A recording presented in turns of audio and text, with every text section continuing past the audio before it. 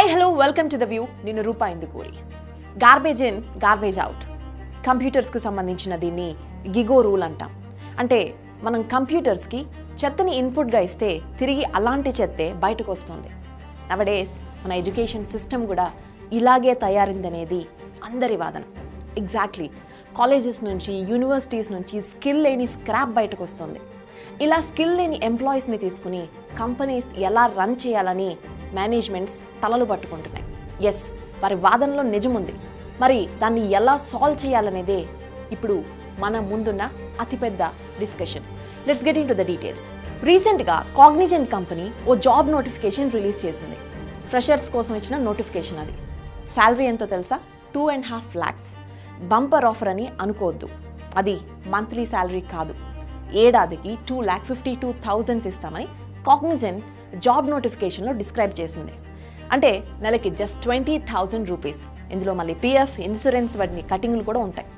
అంత పెద్ద కంపెనీలో ఫ్రెషర్స్కి ఇంత తక్కువ శాలరీనా అని షాక్ అవ్వకండి, ఇది నిజం. అందుకే ఇది సెన్సేషనల్ న్యూస్ అయింది.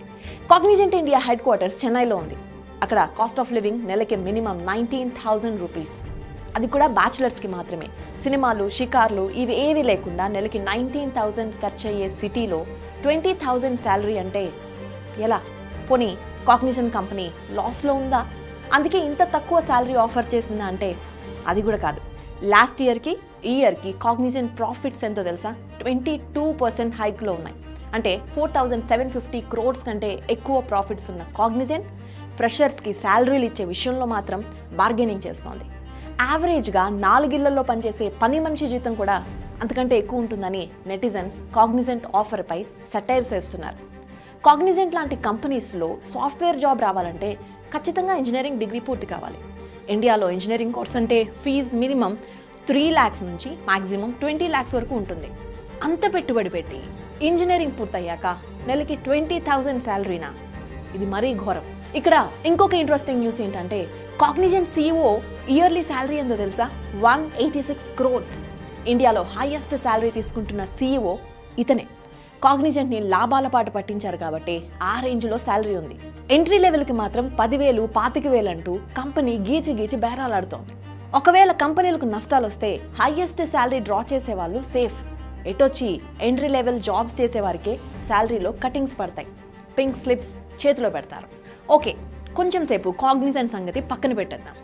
అసలు ఈ సమస్యకు రీజన్ ఏంటి? ఎందుకు ఇండియాలో ఇంజనీరింగ్ ఫ్రెషర్స్కి తక్కువ శాలరీస్ వస్తున్నాయి? ఒక్కసారి డీటెయిల్స్లోకి వెళ్దాం. ఎవ్రీ ఇయర్ ఇండియాలో 20 లక్షల మంది ఇంజనీర్స్ బయటకు వస్తున్నారు. వారిలో జస్ట్ 20% అంటే 4 లక్షల మందికి మాత్రమే వెంటనే జాబ్స్ వస్తున్నాయి. మిగతా 16 lakhs స్టూడెంట్స్ ఇతర కోర్సులు నేర్చుకుంటూ టైంపాస్ చేస్తున్నారు. ఇంజనీరింగ్ స్టూడెంట్స్లో జస్ట్ 2.5% మందికే ఆర్టిఫిషియల్ ఇంటెలిజెన్స్ పై అవగాహన ఉంది. కేవలం 5.5% మెంబర్స్కి మాత్రమే స్టడీతో పాటు ప్రోగ్రామింగ్ పై గ్రిప్ ఉంది. మిగతా వారంతా స్క్రాప్ అన్నమాట. ఈ స్క్రాప్ కోసం 20,000 కూడా అమౌంట్ పెద్దదయ్యననేది సాఫ్ట్వేర్ కంపెనీల వాదన. డిమాండ్ అండ్ సప్లై, ఎక్కడైనా ఈ రూల్ తప్పదు. ఎప్పుడు రెండింటి మధ్య బ్యాలెన్స్ ఉండాలి. మన దగ్గర డిమాండ్ కంటే సప్లై ఎక్కువైంది, అందుకే శాలరీస్ పెరగడం లేదు.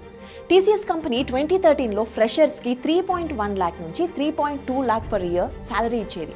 10 years తర్వాత అంటే 2023లో కూడా ఫ్రెషర్స్కి 3 lakhs నుంచి 4 lakhs మధ్యలోనే శాలరీ ఉంది. ఇన్ఫోసిస్ కూడా అంతే. 2013లో 3.2 lakhs ఇన్ఫోసిస్లో స్టార్టింగ్ ప్యాకేజ్. 11 years తర్వాత ఇప్పుడు 3 to 5 lakhs మధ్య ఉంది. అండ్ విప్రో 2020లో 3.29 lakhsకి ఎంట్రీ లెవెల్ జాబ్స్ ఇచ్చింది. ఇప్పుడు కూడా 3.5 lakhsకి ఫ్రెషర్స్కి ఆఫర్ ఇస్తుంది.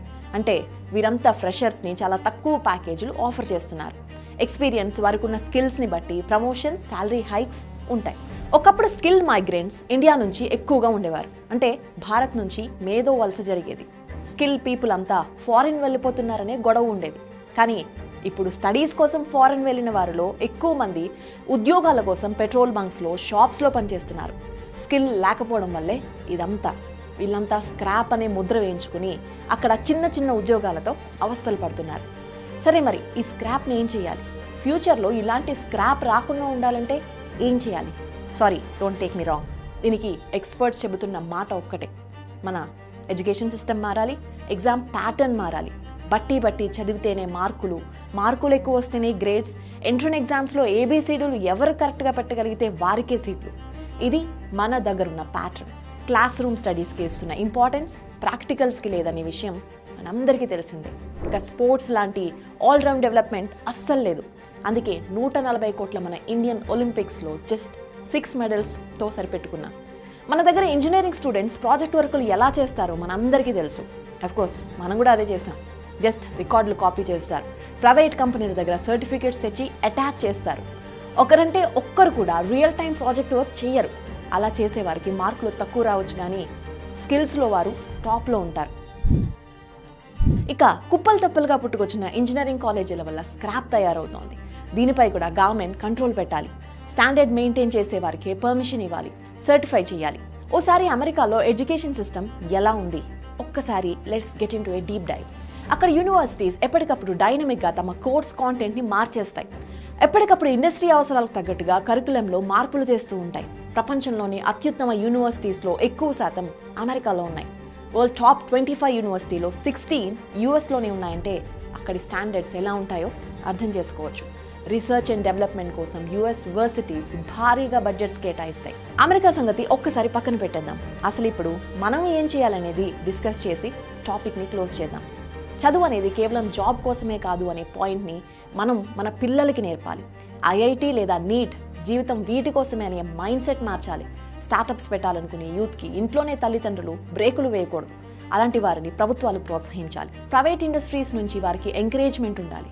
కేవలం జాబ్ చేయడమే కాదు, జాబ్లు క్రియేట్ చేసే విధంగా స్టూడెంట్స్ని ఆంటర్ప్రెన్యూర్స్ని చేయాలి. అఫ్కోర్స్ తెలుగు రాష్ట్రాల్లో ఆల్రెడీ కొత్త ప్రభుత్వాలు ఆ దిశగా ప్రయత్నాలు మొదలుపెట్టాయి. తెలంగాణలో స్కిల్ యూనివర్సిటీ ఏర్పాటు చేసి దానికి ఆనంద్ మహీంద్రాను చైర్మన్గా నియమించారు సీఎం రేవంత్ రెడ్డి. రంగారెడ్డి జిల్లాలో ముచ్చర్లలో స్కిల్ యూనివర్సిటీ ఇటీవలే శంకుస్థాపన జరిగింది. 17 రకాల కోర్సుల్లో ఇక్కడ యూత్కి ట్రైనింగ్ ఇస్తారు. ఎవ్రీ ఇయర్ 1,00,000 మందికి ట్రైనింగ్ ఇచ్చేలా ఈ స్కిల్ యూనివర్సిటీ రెడీ చేస్తున్నారు. ఇక ఏపీ స్కిల్ సెన్సెస్ని చంద్రబాబు గవర్నమెంట్ మొదలుపెట్టింది. యువతలో స్కిల్స్ ఏ స్థాయిలో ఉన్నాయో తెలుసుకుని ఆ తర్వాత వారికి ట్రైనింగ్ ఇచ్చేందుకు ఏర్పాట్లు చేస్తున్నారు. ఇది జస్ట్ బిగినింగ్ మాత్రమే. But to be frank, at this point of time ఇలాంటి పథకాలు మనకి చాలా ఇంపార్టెంట్. డెవలప్డ్ ఇండియాగా మారాలంటే ఇలాంటి పథకాలు చాలా ముఖ్యం.